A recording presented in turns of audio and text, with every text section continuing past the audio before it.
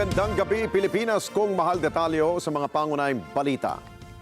Hindi titigil ng Armed Forces of the Philippines o AFP at ng Philippine National Police o PNP ang kanilang operasyon ngayong holiday season sa kabila ng pagdeklara ng unilateral ceasefire ng CPP-NPA. At wala naman pong namomonitor na banta sa ngayon ang PNP na maaari pong dahilan para ilagay sa full alert status ang kanilang hanay. Pero para sa Defense Department, propaganda lamang ang deklarasyon ng komunistang terorista na 4 na araw na tigil putukan. Kunin natin ang live report ni Mar Gabriel. Mar?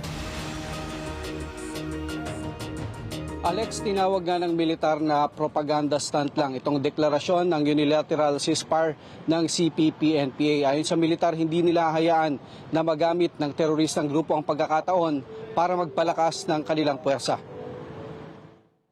Nagdeklara ng 4 na araw na unilateral ceasefire ang Central Committee ng Communist Party of the Philippines at ang New People's Army o CPP-NPA ngayong holiday season. Magsisimula ang tigil putukan mula madaling araw ng December 25 hanggang hating gabi ng December 26. Epektibo ulit ito mula madaling araw ng December 31 hanggang hating gabi ng January 1, 2026. Pero sa harap nito, inatasan nila ang kanilang mga commanders at red fighters na manatiling nakaalerto laban sa anilay patraidor na pag-atake ng militar. Ang Department of National Defense at ang Armed Forces of the Philippines tinawag na propaganda stunt ng teroristang grupo ang hakbang na ito ng CPP-NPA. Magpapatuloy daw ang operasyon ng AFP, katuwang ang iba pang law enforcement agency upang matiyak ang kapayapaan ngayong holiday season. Hindi raw papayagan ng AFP na magamit ng teroristang grupo ang pagkakataon para magpalakas ng kanilang puwersa. Ang Philippine National Police wala ring plano na sumunod sa unilateral ceasefire ng CPP-NPA. Nakatuon daw ang kanilang puwersa sa pagtiyak sa seguridad ng publiko ngayong holiday season.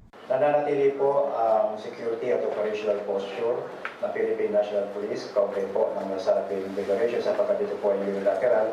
Aabot sa 100,000 pulis at mga force multipliers ang ipakakalat ng PNP sa buong bansa para magbigay ng seguridad sa mga matataong lugar. Patuloy daw ang security assessment ng intelligence community para matukoy kung kailangang ilagay sa full alert status ang buong puwersa ng PNP.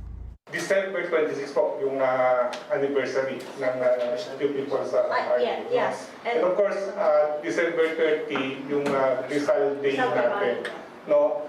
So, as of this time naman po, sabi ko nga, wala naman tayong nakikita pa na threat, no? Na likely yung threat coming from the terrorist group and even dito sa mga criminal gangs natin, very mild lang po, no? Siguro yung mga individual lang, no, na involved sa paggawa ng krimen like dito sa pagnanakaw, no. Alex, nananatili sa heightened alert status ang buong puwersa ng PNP pero binibigyan daw ng kapangyarihan yung kanilang mga regional director na itaas yung alerto sa kanilang mga AOR kung kinakailangan.